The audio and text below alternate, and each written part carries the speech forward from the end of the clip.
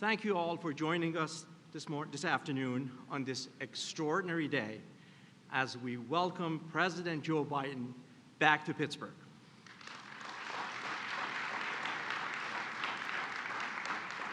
You know, Mill 19 is such a fitting location for President Biden's address on strengthening the national supply chain and revitalizing U.S. manufacturing.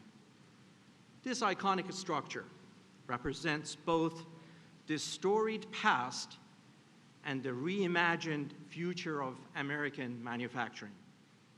Decades ago, more than 5,000 workers produced more than 1 million tons of steel per year right here at this site, helping to power Pittsburgh's and the nation's economic engine. Today, Mill 19 is where CMU and its partners are catalyzing discoveries in the essential components of the 21st century manufacturing, including robotics, 3D printing, advanced manufacturing, and artificial intelligence. It might seem that the work taking place here is vastly different from the work of those who forged steel decades ago. Yet I would offer to you that in many ways, it's exactly the same. Both are rooted in deep pride, a tenacious work ethic, and the spirit of a community that's helping to power a nation. Mill 19 is also a showcase for the power of public-private partnerships. This building and the 178 acres that surround us represent a remarkable alignment of support and commitment from civic, public, and private leaders to advance this region's renaissance and pursue new approaches to community development, skills training, and education. At this inflection point for U.S. competitiveness, the nation is at the cusp of building an innovation-based economy through historic investment in our talent and workforce, in our research and development enterprise, and in our national infrastructure. While this moment is powered by technological innovations, it must also be driven by our shared humanity and by a common resolve to ensure that transformative economic opportunities reach all Americans. I'm excited and grateful to see so many elected officials and so many community and foundation partners here today. You are embracing this mission every day through your service and through your leadership. Thank you for your commitment, thank you for your passion, and once again, welcome to Carnegie Mellon.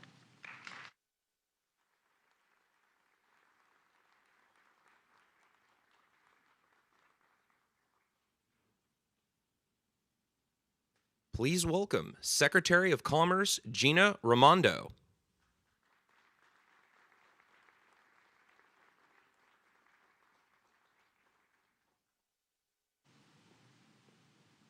Good afternoon.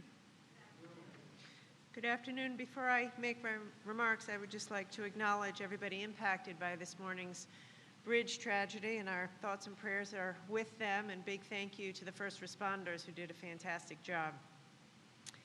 So when President Biden called me to ask me to take this job as Secretary of Commerce, he said that one of his top priorities was revitalizing American manufacturing. And that really resonated with me because I'm from Rhode Island and my dad worked his whole career in manufacturing until when he was 56 years old, the factory closed, the jobs went to China, and we were out. So I called my brother and I said, hey, Tom, should I take this job? And he said, Gina, Dad would be so proud of you if you worked with the president to bring back manufacturing jobs to America. And that's what we're doing. President Biden's top priority is to make sure that we can compete globally. And he knows that means we have to invest domestically. And thanks to his leadership, this economy is strong. This economy is strong by any measure. Wages are up, unemployment rate is down, created over 6.5 million jobs. But the reality is, even though the economy is strong, our supply chains are very fragile, and you know that. But the reason for that is because for decades, we've let all our manufacturing jobs go overseas, and we haven't invested enough in American manufacturing. That is particularly true for semiconductors, those tiny chips that power everything. We are far too dependent on countries halfway across the world to get our chips. That's an economic vulnerability and a national security vulnerability.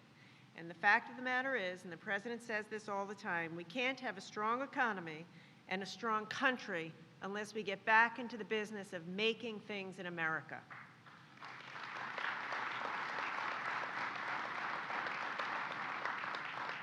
Right now, there is a bill on the floor of Congress that would invest $52 billion in domestic semiconductor production, and it would create thousands of jobs all over America. We need Congress to pass that bill in order to revitalize American manufacturing, revitalize American semiconductor manufacturing. It'll be a win for our workers, a win for our businesses, a win for our supply chains, and create thousands of jobs, and we can't wait. So let's hope Congress does their job and gets the CHIPS Act to the President's desk. So I want to thank you. I want to thank the President. I want to thank the President for his incredible leadership and for giving me this opportunity to work with him to revitalize and bring back great manufacturing to America. Thank you.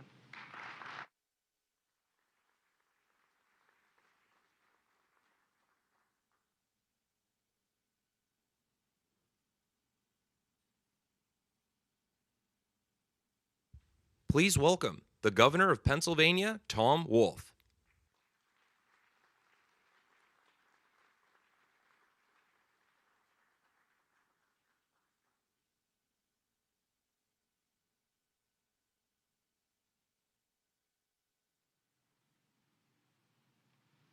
So thank you very much, all of you, for being here.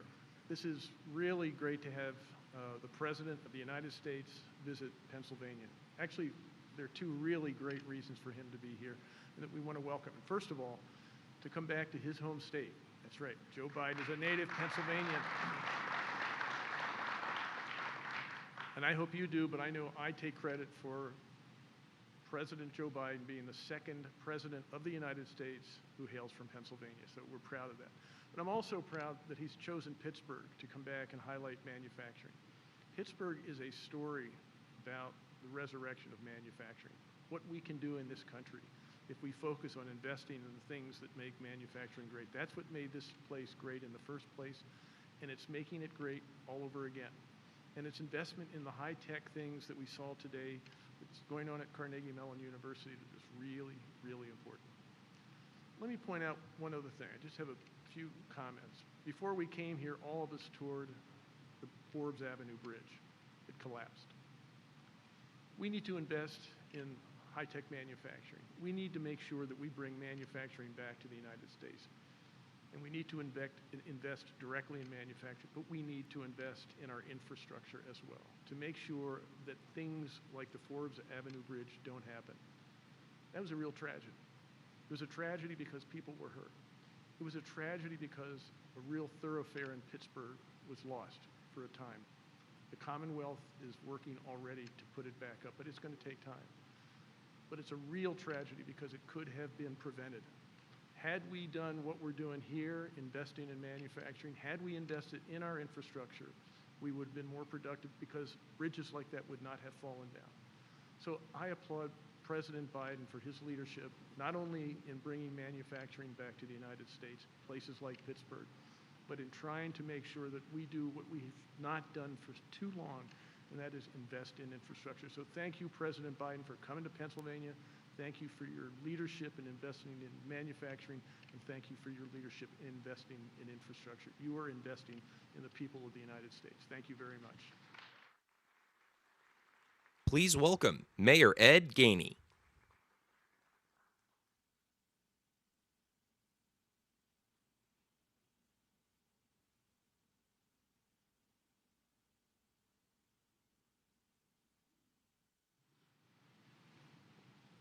Good afternoon. I want to thank everybody for being here today. And I definitely want to thank President Biden for coming to Pittsburgh today. It's a great day for a couple reasons. One, we're celebrating a $1.2 trillion bipartisan infrastructure law that will help us repair our bridges, our roads, our streets, and connect people with good-paying union jobs. We should celebrate that from the beginning.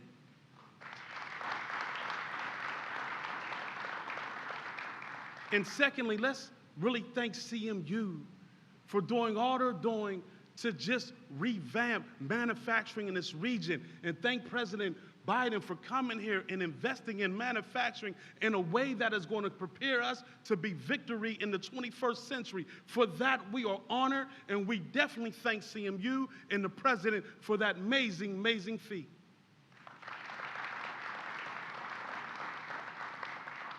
And thirdly, let me say, I want to thank the President because he pivoted and came to the Fern Hollow Bridge today, where we had a collapse of our bridge. And when we talk about investing in infrastructure, when we're talking about how important it is, for him to say, I want to come and see it myself, as the mayor of this city, it made me feel proud that the President of the United States had our back and said that he would do whatever he can to help us restore that bridge. So when we talk about infrastructure dollars and how important infrastructure is, that is a prime example why this bill is so important. We must invest in our bridges, in our streets, because they are the connector to our communities, to our schools, to our jobs, to medical facility, and that's why building infrastructure like the ones we're talking about today in manufacturing, that is what it's all about. And so today is a day of celebration, because as always, when Pittsburgh hits a crisis, we pull each other up. And when we pull each other up, we build a better city for everybody. Thank you. Please welcome County Executive Rich Fitzgerald.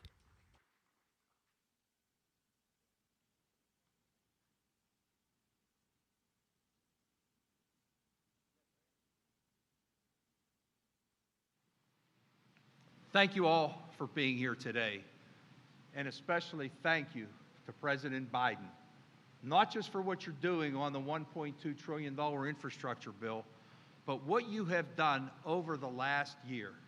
Nothing short of spectacular. As the Secretary indicated, 6.5 million jobs in 1 year. No president in our history has created more jobs in his first year than this president has done. We saw yesterday the GDP in the fourth quarter grew at 6.9%. Numbers we never thought we would see. Small businesses, 30% increase over the last year, the highest in a quarter century. The lowest unemployment forms filed since 1969. 1969, the Pirates were playing at Forbes Field. Steelers were playing at Pitt Stadium. Ed Gainey wasn't even born yet, I don't think, Mayor Gainey. But what's he doing for an encore? Infrastructure. Nothing could have been further from what we saw today than to know the importance of infrastructure. And again, president after president, Democrat and Republican, over the last number of decades has tried to get an infrastructure bill passed. None of them were able to do it except for President Biden. Yeah, that's.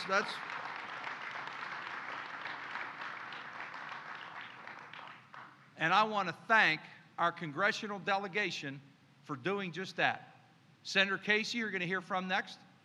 Congressman Doyle and Congressman Lamb, who had the president's back and worked together to make sure we invest in our infrastructure.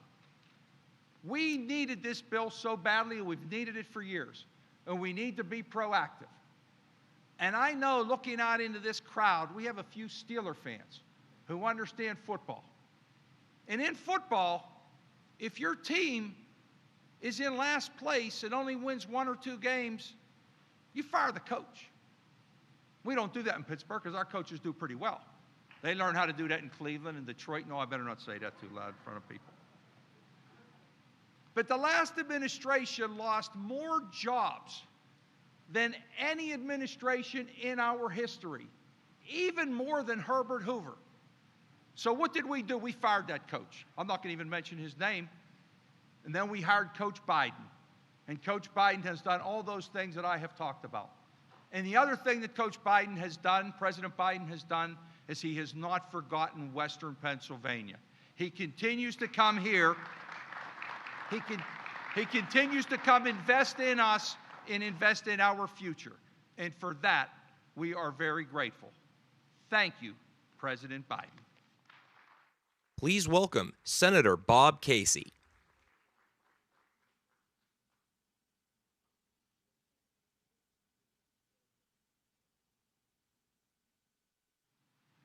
Good afternoon. I'm honored to be here today as we all welcome back to Pennsylvania and back to Pittsburgh President Biden. We're honored, of course, by so many others today in this audience and those who preceded me to the microphone, including Governor Wolf, as well as our Secretary of Commerce, Secretary Raimondo. We want to pause today, of course, to remember what happened just miles from here. We're thinking of those who were injured today in the bridge collapse, the collapse of that bridge over Frick Park. We're thinking of those who were injured, but we're especially thinking as well of those who came to their rescue, the first responders. As usual, the city of Pittsburgh, the people of Pittsburgh, came together in a crisis to help those most in need. Let's give those first responders and local officials a hand.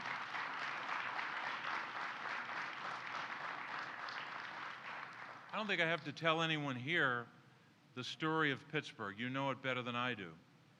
But the story of Pittsburgh, the story of Allegheny County in southwestern Pennsylvania, is a story that President Biden knows well when he comes here, and all the years he's been present here, walking in Labor Day parades, shaking hands, and looking into the eyes of people who struggle, the working men and women who are represented here today by organized labor. He knows the story of southwestern Pennsylvania, the story of a people who were knocked down when we lost a lot of jobs here in the 70s and the 80s. But he also knows the story of how the people of this region got back on their feet. They worked, they innovated, and they invented. In fact, they invented their own future. You can see it right here today in the place that we stand. The good news about today and more days ahead is the President not only knows that story, he's investing in that future. And his work led to the investments we can celebrate today. Here at Mill 19, this site was once a home to a large steel mill that employed more than 5,000 workers at its peak. Now it's a hub for advanced manufacturing, focused on robotics, artificial intelligence, and so many other innovations. The people of this city and this region made it possible. Mill 19 represents the best of southwestern Pennsylvania, people coming together and working with this community here in Hazelwood to create a bright future for this neighborhood and for this city. Today, children who live just across the train tracks can come to a former steel mill and learn about robotics and other skills in their neighborhood. At the same time, we're grateful that the President has made investments in other parts of the economy of southwestern Pennsylvania. He sees firsthand and understands the strength of our manufacturing economy here, the region's critical role in the national supply chain. We all know the story of Pittsburgh's three rivers. Those three rivers, those waterways, drive this region's economy while connecting our nation's commerce. All of this is powered by men and women working day after day to keep our supply chains moving and our commodities and our goods moving across the country. But we know with waterways, decades of underinvestment put our waterways infrastructure and the 76,500 jobs in those waterways. We know that those jobs are now at risk if we don't make these investments. The good news is, just a couple of days ago, the Army Corps of Engineers, this administration, the Biden-Harris administration, announced $857.7 million to complete the construction of the Montgomery Lock and Dam. We're grateful for that. And so this is a day to look towards that future, the future for young children in this neighborhood, in this city, this county, in this region. Today is a day to focus on tomorrow, and we're grateful that you're here with us to do that. And thank you again to President Biden for taking the time to be with us today, and we look forward to hearing from him shortly.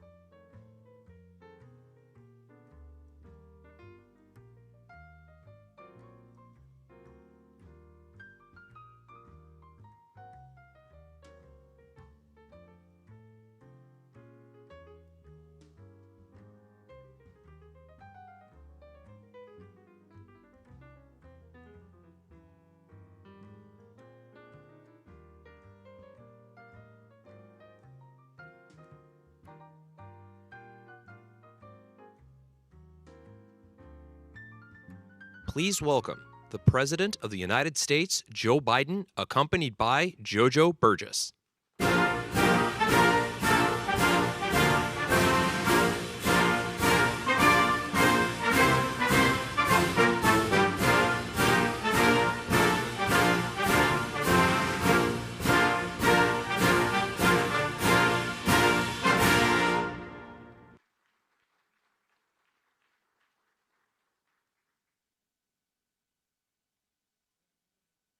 Jojo Burgess, and I'm a proud member of the United Steelworkers, Local 1557. I've worked at U.S. Steel for 3 years, not at the Clairton plant, but I have over 23 years union experience with the steelworkers. I'm also the son of 2 former steelworkers, and I'm proud to announce also that my son is a 3rd-generation steelworker working in the Pittsburgh area. I can't tell you how excited and honored I am to be part of this event that highlights manufacturing in this Pittsburgh area. But the entire state of Pennsylvania benefits from this.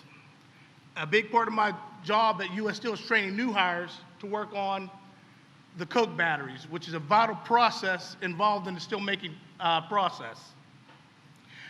I'm glad that I'll be able to go and say to the leadership of President Biden, to those new hires, that not only are your jobs safe for today, but he's investing in your jobs in the future. That's big for me.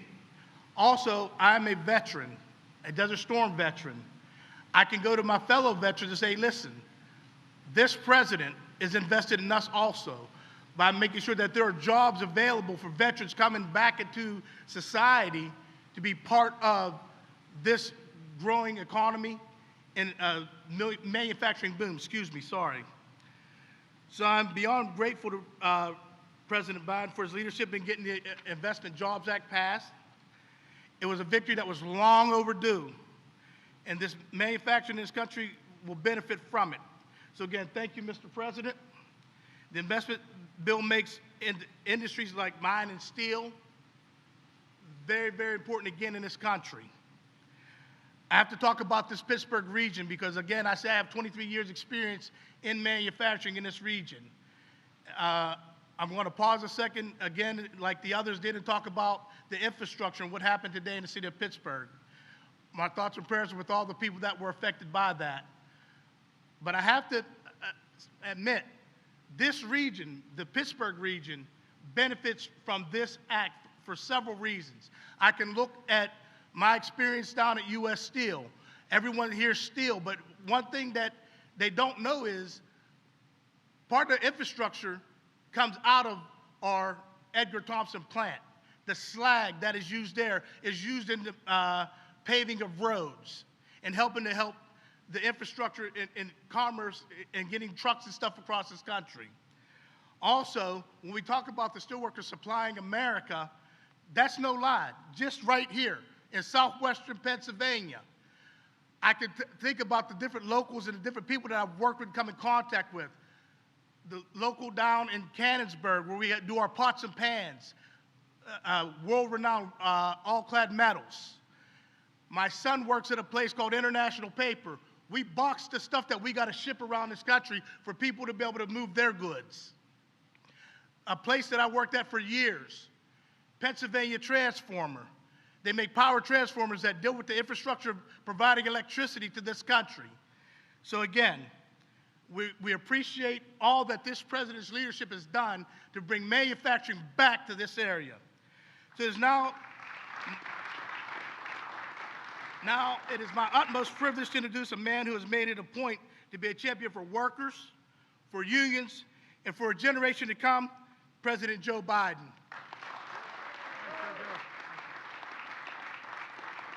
Please sit down. Please sit down. Jojo, thank you very much. You know, I can picture him in Desert Storm as a sergeant barking out orders, can't you? When my son Bo was promoted to major in Iraq, and I said, now you're a field grade officer. He said, Dad, I have no illusions. I know who runs the Army. Sergeants. Sergeants, they're the officers. Well, hello, Pittsburgh. It's good to be back. It really is good to be. Before I begin, let me just talk a little bit about what we all just saw, many of us saw this morning. A bridge more than 50 years old, I think it was 150 years, it says 50 years old, but I thought it was older, collapsed right here in Pittsburgh. It had been rated in poor condition for the past 10 years.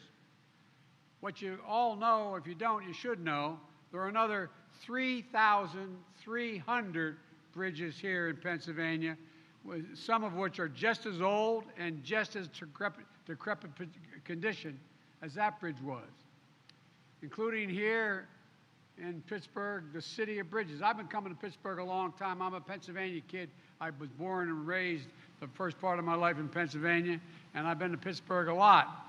But all these years, I never knew Pennsylvania, Pittsburgh, Pennsylvania, had more bridges than any other city in the world. Yo! But across the country, there are 45,000 bridges in poor condition. It's just simply unacceptable.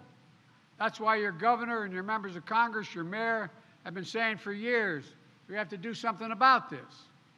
I've talked about it every time I've come to Pittsburgh, and we finally got it done. A bipartisan infrastructure law, including the largest investment in our nation's bridges since the Eisenhower put together the interstate highway system. And I might add, this is the first time in the country's history that we dedicated a national program to repair and upgrade bridges. And it's about time. The governor can tell you, we're giving state and local leaders historic funding to make national projects real. Here in Pennsylvania, that means at least $1.6 billion for bridges alone, $327 million in 2022 alone just to repair bridges. We've got to get it on with it. We've got to move. The next time, we don't need headlines saying that someone was killed when the next bridge collapsed. We're also providing billions more for roads and so much more. We saw today when a bridge is in disrepair, it literally can threaten lives. As soon as we heard about the bridge, we were immediately in contact with the mayor. Mr. Mayor, you're doing a hell of a job. and the governor and other officials on the ground. And we're going to rebuild that bridge, along with thousands of other bridges in Pennsylvania and across the country, because it's in our interest for our own safety's sake, and it generates commerce in a way that we can't do now. That's part of how we're going to build a better America, and that's what I want to talk to you about today. So thank you for the introduction, JoJo. Mayor, Mr. Mayor, County Executive Rich Fitzgerald, great to see you again, pal. And it's good to be here with so many outstanding folks, particularly the governor, Lieutenant Governor John Fetterman. John, if I had you in front of me when I was playing at Delaware, I could have been an All-American. I could have been big. And Connor Lamb, it's great to see you, man. And you're doing a hell of a job, all of you. And my good friend and former neighbor in Scranton, Bobby Casey. Now, his dad, we're about the same spread.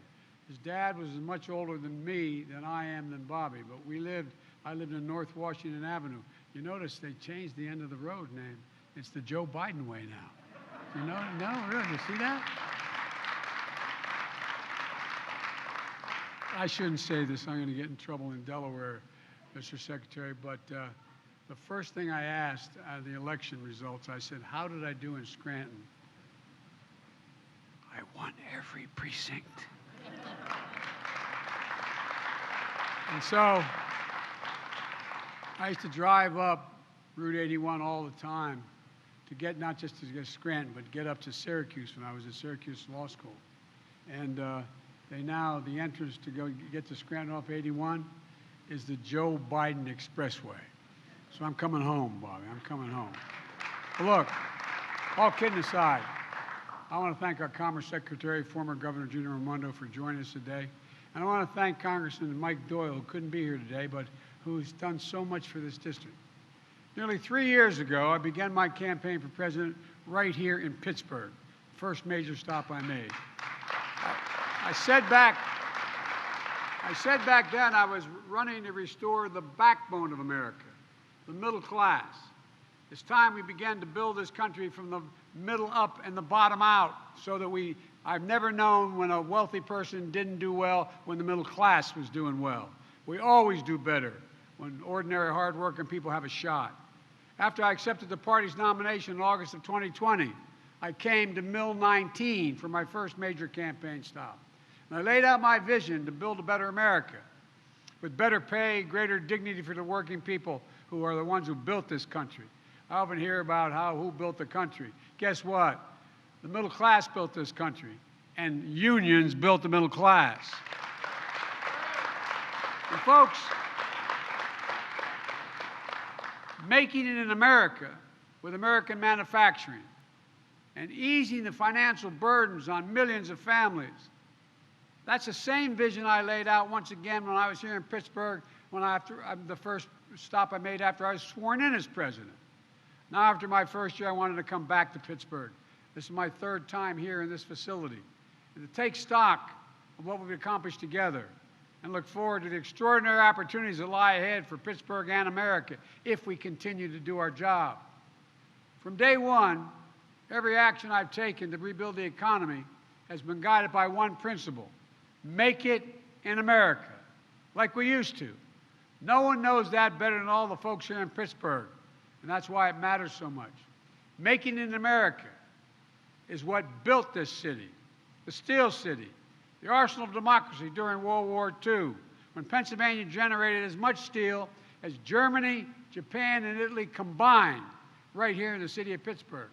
But Pittsburgh also knows the consequences when we ignore the backbone and fail to invest in ourselves, fail to invest in our people. Some of you have been around long enough to remember how this city lost 100,000 steel jobs between 1970 and 1990.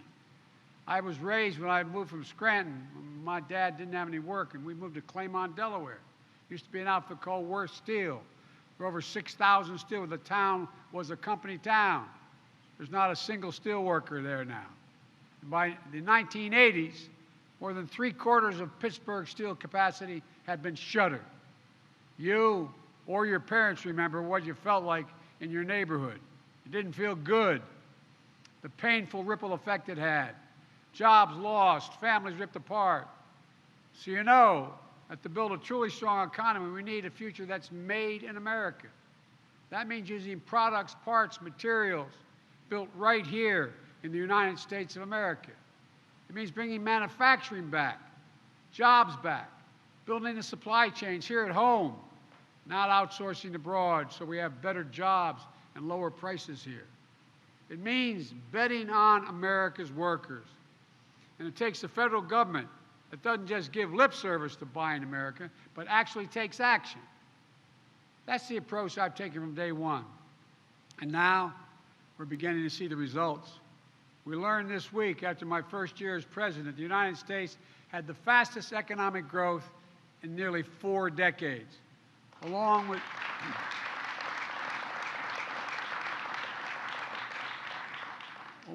the greatest year of job growth in American history, 6.4 million jobs created in 1 year. And instead of losing manufacturing jobs, since I've been in office, America has actually added an additional 367,000 manufacturing jobs in America. Good-paying jobs. The highest increase in U.S. manufacturing jobs in 30 years. And last week, the CEO of Intel, Pat Gelsinger, came to the White House because he wanted to support the Build Back Better initiative and to also let me know 2 of your neighboring senators were here. We're there, Portman and Brown, a Democrat and Republican from Ohio. He came to announce a new $20 billion semiconductor campus outside of Columbus, Ohio. That's going to create 10,000 jobs, 7,000 constructing the facility, and 3,000 permanent jobs. And by the way, I was joking. I said, I may need a job. He said, well, it's not bad. The average salary is $135,000 a year. Folks, and the key is these jobs are manufacturing essential products, stamped made in America. Semiconductors are, though you all know, they're small computer chips that power virtually everything in everyday life, and they were originated here in the United States of America. We used to own not only the patent, but the technology and the production. Your phone, your car, your refrigerator, your washing machine, hospital equipment, the internet, the electric grid, and so much more depend on these chips. So this is going to create thousands of additional jobs, helping build more American products. For example, you know, inflation is a problem, which I'll speak to in a second. It's real. And a lot of people are being hurt by it. But guess what? 1/3 of the inflation in America is a consequence of the cost of automobiles. 1/3. You know why? Because of the shortage of semiconductors. They can't build them. And therefore, the ones that aren't being built cause the price of those that are being built to go much higher. This announcement helps fix that problem. 3 days ago, I called a meeting in the White House of CEOs from General Motors, Ford, Microsoft, Hewlett-Packard, and others. Mary Barra, General Motors CEO, announced in the White House an initial $7 billion investment in Michigan to manufacture electric vehicles, creating 4,000 new quality jobs.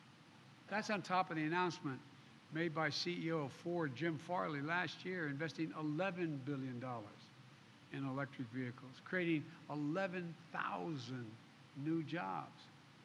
And today, right here in Western Pennsylvania, the Union Pacific Railroad is announcing the largest purchase of American-made battery electric locomotives in all of history. And by the way, guess who's supplying those batteries? General Motors. Folks, I want to tell you, it matters. It matters a lot. The company who will build these locomotives is called Wabtec. W-A-B in their name is because they grew out of the old Westinghouse air brake company, a classic Pittsburgh manufacturer. Wabtec is based here in Pittsburgh. And these locomotives will be built up in Erie at the same plant that Thomas Edison built the Ford General Electric more than a century ago. Not only will these locomotives be running here at home, powering our economy and decreasing pollution, Wabtec will also be exporting them to Canada, to Australia, and all around the world, again, creating more good-paying jobs. Folks, in the process, reducing climate change, generating jobs here in Western Pennsylvania. As I said, good-paying jobs you can raise a family on. My dad said that all you need, a family needs just a little bit of breathing room. A little bit of breathing room.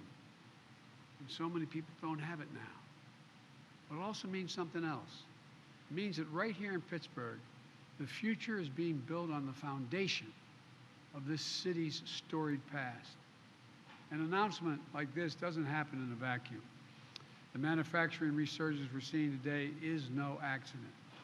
It takes local leaders, federal leaders, foundations, businesses, unions, universities, all pulling together. It requires a mindset like you have here in Mill 19. Here's what I mean by that. Generations ago, Mill 19 used to roll out 10-inch steel bars. Today, it rolls out the latest innovation in advanced manufacturing robotics, 3D printing, and artificial intelligence. It's simply rolling out the future. That's what it's going to be doing. That success is a result of a partnership. The federal government provides funding from everything from basic research to great universities like Carnegie Mellon, to supporting partnerships that help small businesses in Western Pennsylvania get into the game in the first place, like the businesses here at Mill 19. Organizations like one called Catalyst. They work with small businesses to adapt to the latest technologies they need and grow and compete globally. The work is made possible by funding from the Commerce Department. And they partner with engineers and researchers from Carnegie Mellon University who design the next generation of advanced manufacturing equipment, creating technologies that work alongside workers instead of replacing the workers. In fact, Carnegie Mellon and the AFL-CIO are teaming up to make these technologies, make sure they're designed to support workers. Another organization here at Mill 19 called ARM Institute. ARM Institute is a public-private partnership funded in part by the federal government to help robotics technology move into the marketplace and to help train workers to build, operate, and repair robots so that working folks right here can take on good-paying jobs that companies like Wabtec are helping to create. And by the way, thanks to the American Rescue Plan, the first major bill we got passed in March, my Commerce Department is investing an additional $1 billion in local efforts to strengthen regional economies throughout the country. Some of that money is coming right here to Western Pennsylvania in support of efforts that include partners here at Mill 19, helping spread new robotics, artificial intelligence, manufacturing technologies, and create more jobs across the nation. Look, you all get it. The bottom line is this. It takes all of us working together to get this done. And that's finally beginning to happen.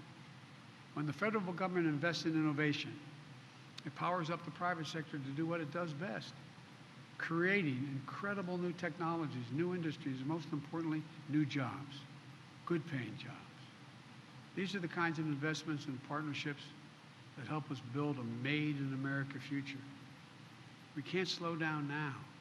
We can't slow down now. We know what happens when we stop investing in the future of places like Pittsburgh.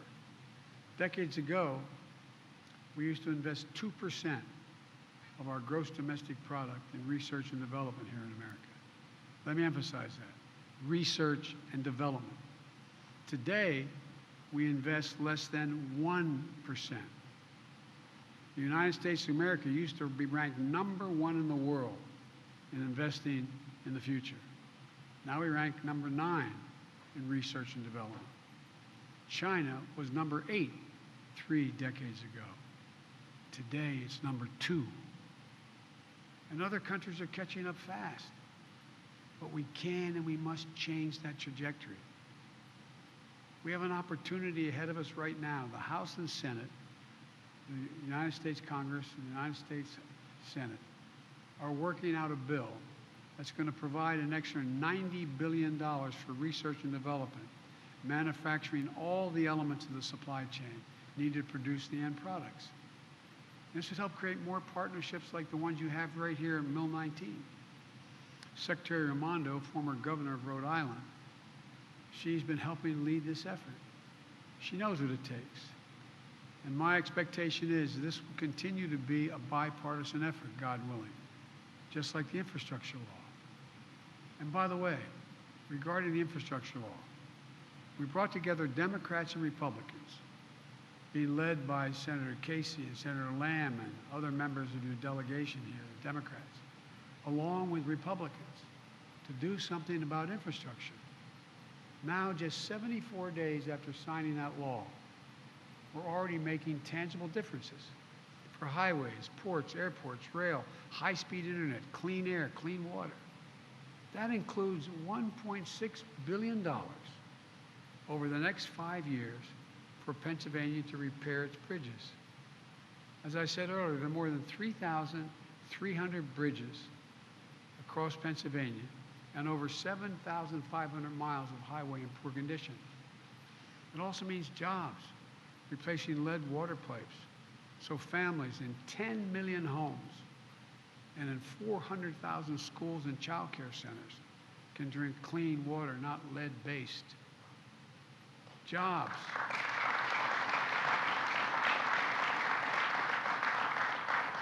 Jobs providing the labor and the infrastructure, making high-speed internet affordable and available everywhere in America, cities, suburban, and rural areas, so that nobody's left behind. Nobody's left behind. You know, when you can pause for a second, if you think about it, how many times during the period when COVID was so bad, it's still not good, but we're getting there. When COVID was so bad and schools were closed, you'd ride by McDonald's and see a family sitting in the parking lot so the kid could use his computer or her computer to be able to tie into the internet out of the McDonald's or any other fast food restaurant. This is the United States of America, for God's sake. What are we doing? What in God's name are we doing?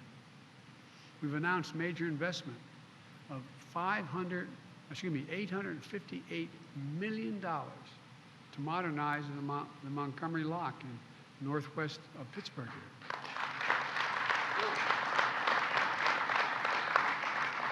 So the water levels stay high enough for barges to pass through up the upper Ohio River. We move about $500 billion worth of goods through those locks like these across the country every single year.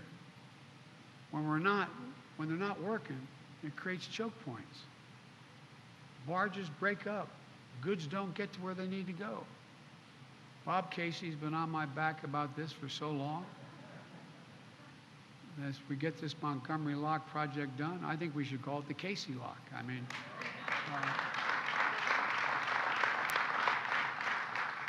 Bobby, I didn't know anybody in Scranton knew what the hell a lock was, you know what I mean? But all kidding aside, it's going to happen. It's going to happen. I've also announced, after consulting with my friend Cecil Roberts, President of the United Mine Workers, a plan to cap and plug orphan gas wells and oil wells, spewing methane into the air. Over 100,000 of them. Clean up abandoned mines. I come from coal country, Scranton. Thousands of these wells help generate economic growth here in Pennsylvania. But now it's time to create good-paying union jobs, capping those wells. They're abandoned. They get the same salary as those who dug them in the first place. Look, this law also delivers $7.5 billion to build a network of electric vehicle charging stations. A good friend of mine, Lonnie Stevenson, the president of the IBEW, they're going to have a good time, man. Over 500,000 of these charging stations on our highways. And by the way, when you build these stations, what happens, just like when you build a gas station on a highway, other things grow up around it. You're going to see communities grow as a consequence, making us more globally competitive in the future of electric vehicles while helping fight climate change.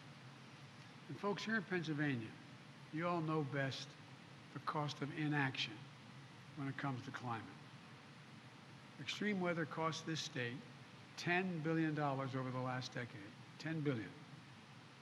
You all remember last fall when Hurricane Ida made landfall, and he's running my operation now, and the former mayor of Louisiana, when it hit Louisiana. Winds hit 178 miles an hour. And guess what happened here? It flooded businesses in Oakdale and homes in Millvale. Nationally last year, extreme weather cost us $145 billion.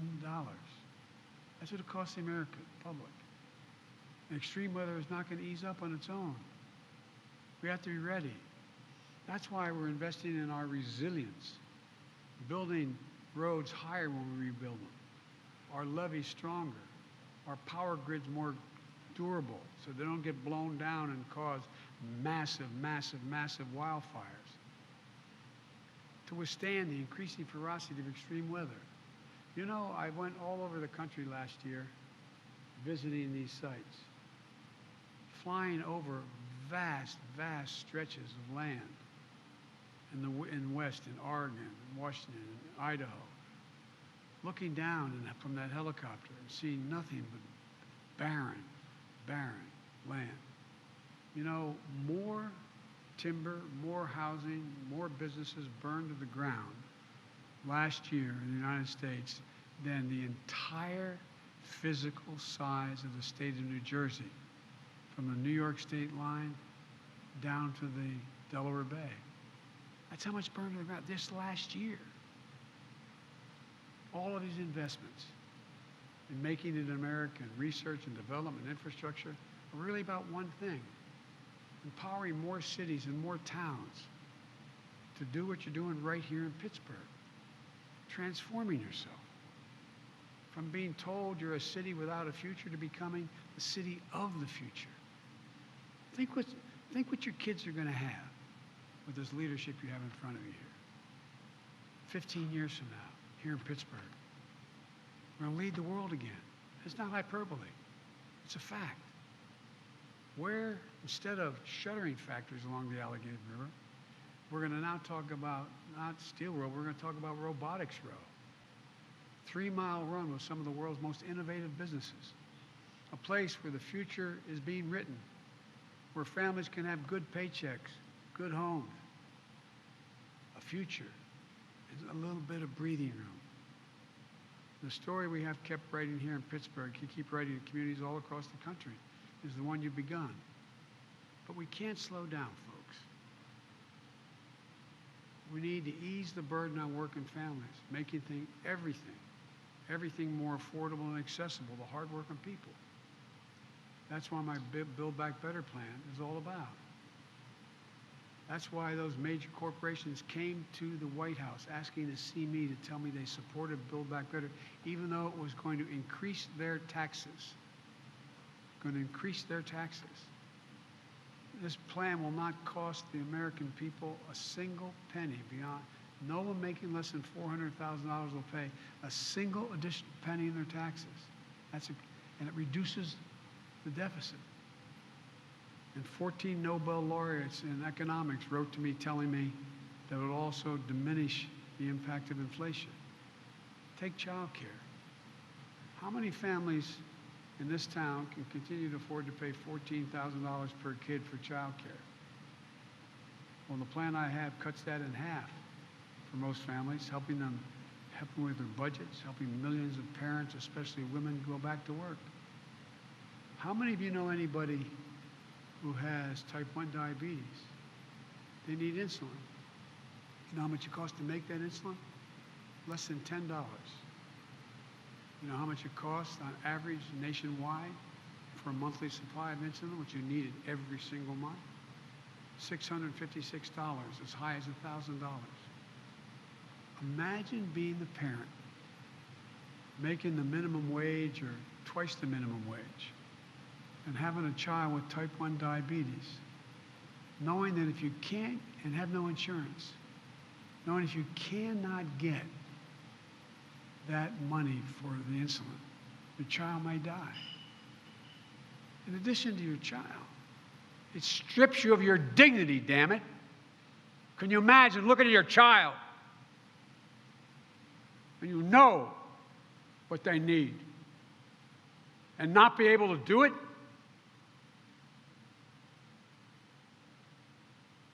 Many of you have lost children. Many of you have seen. Imagine. It's outrageous. And we have an answer. At the same time, same is true for home and community-based services for seniors and people with disabilities. Folks, look.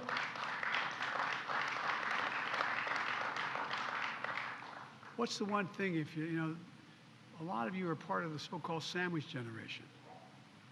You have a child that you need to get daycare so you can go out and work, as well as you got a mom or a dad who's elderly and living at home and they don't want to move out of their house. They don't have to sell every single thing they have to be able to move into a nursing home. But the data shows 88,000 people qualify, 800,000 people qualify under Medicare to get that help, but it's not available. And sometimes it's as little as making sure there's someone there just to pick up the prescription, put a handrail in the shower, making sure someone can show up and help the meal. It's cheaper for everybody. It's a decent thing to do because the parents deserve to have a little bit of dignity. And it will not increase the deficit. And it will not cost anybody making less than $4,000, $400,000 bucks, a penny. I'm a capitalist. If you can make $1 billion, $1 million, go at it. It's good. But at least pay a little bit. Fortune 500 companies. In Fortune 500 companies the last 2 years, there are 55 who made over $40 billion. Didn't pay a cent in taxes. I'm not talking about anybody paying any more than they did 10 years ago. Look, we know how to ease the pressure on families. We're increasing productivity and the potential for our economy. We can afford these investments by making sure the wealthiest just pay a little bit without increasing the deficit. As I said, no one earning less than, I guarantee you, check it out, no one earning less than 400 grand will ever pay another penny. And I told you about the impact of 17 Nobel laureates saying it's going to decrease inflation, not increase it. So here's the bottom line. The United States is in a position to outcompete the rest of the world once again. We're at a real inflection point. Technology, society's changing, and we've always been ahead of the curve. We have an incredible opportunity ahead of us. We still face tremendous challenges. But if we can keep coming together and invest in the backbone of this country, there's no limit to what we can achieve. So let's continue to give working families a fighting chance.